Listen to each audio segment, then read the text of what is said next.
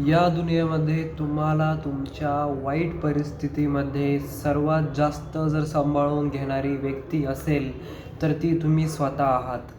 Believe or not, तुम्ही जर दुसऱ्यांना तुमच्या लाईफमध्ये ॲज अ लाईफ सेवियर म्हणून इन्क्लूड करत आहात तर ती फार मोठी चूक करत आहात आणि तुम्ही फार खोट्या आशेवरती लाईफ लाँग जगत राहणार आणि तुम्हाला त्याचे परिणाम भोगतल्यावरती नंतर पस्तावा येईल की नाही, मी दुसऱ्यांवरती जास्त उम्मीद ठेवण्यापेक्षा स्वतःवरती काम करायला पाहिजे होतं. इवन तुमचे मम्मी पप्पासुद्धा तुम्हाला जास्त व्यवस्थित समजू शकत नाही जेवढं तुम्ही स्वतःला तुमच्या समजू शकता. आय एम नॉट सेईंग की they are not closed one किंवा तुम्ही अशा व्यक्तींना जास्त हे आपल्या लाईफमध्ये येऊन देऊ नका ज्या तुमच्या काळजी घेता वगैरे वगैरे. I am not saying that.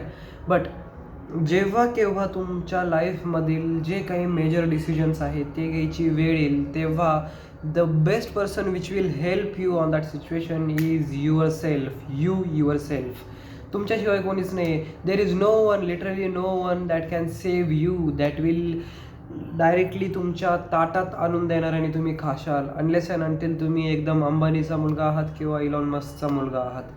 म्हणजे तुम्हाला तुमच्या सक्सेससाठी स्वतःला वर्क करायचं आहे. ते बाहेरचे जे सोर्सेस आहे जसं की मम्मी पप्पा झाले, रिलेशनशिप्स, आपले रिलेशनमधले कोणी नातेवाईक वगैरे झाले ज्यांच्यावरती तुम्ही फार ट्रस्ट ठेवता, त्यांची जी लेवल आहे, त्यांची जी जागा आहे ती फक्त एक्सटर्नल आहे. ते तुम्हाला प्रोग्रेस करून देऊ शकत नाही. ते तुम्हाला वाट दाखवतील बट त्या वाटेवरती चालायचं तुम्हाला at the end. So at some time of life मला फील होतं की हे स्टेटमेंट देखील ट्रू आहे की बाबा there is literally no one. तुम्हाला स्वतःला सावरायचं आहे, तुम्हाला तुमच्या लाईफचे डिसिजन बनवायचे आहे. देर इज नो वन जे की तुम्हाला सांगेल असं कर तसं कर, आणि सांगितलंय बी तर जस्ट तुम्हाला असं वर सांगेल. ते जास्त फक्त ॲडवाईस द्यायच्या मागे लागतील rather than real life implementation तुमच्याकडून करून घेणे.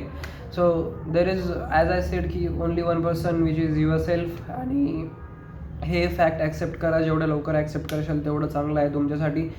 नंतर ॲक्सेप्ट करून काय टाईम कमी उरून जाईल आणि नंतर रिग्रेशनच्या मोडमध्ये तुम्ही जाशाल. So the real thing is there is literally no one to save your life. There is only you and your self.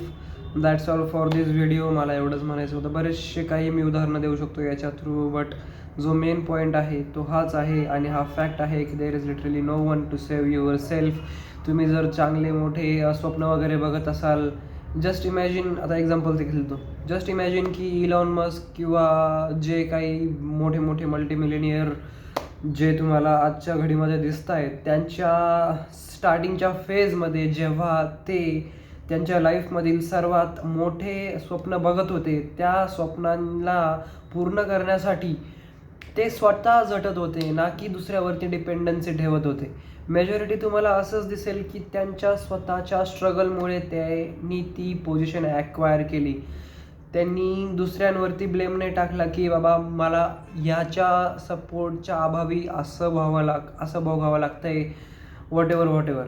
So they just took the credibility and work on themselves rather than just pointing out other people and being in the hope of fakeness की बाबा people आपल्याला आपले सराउंडिंगचे जे लोक आहेत ज्याच्यावरती आपण फार ट्रस्ट ठेवतो ते आपल्याला ॲट द एंड भविष्यासाठी मदत करतील वगैरे वगैरे. फायनान्शियली वगैरे सर्व एक्सटर्नल गोष्टी झाल्या. The internal growth is only dependent on you. That's the all thing which I wanted to say in this video.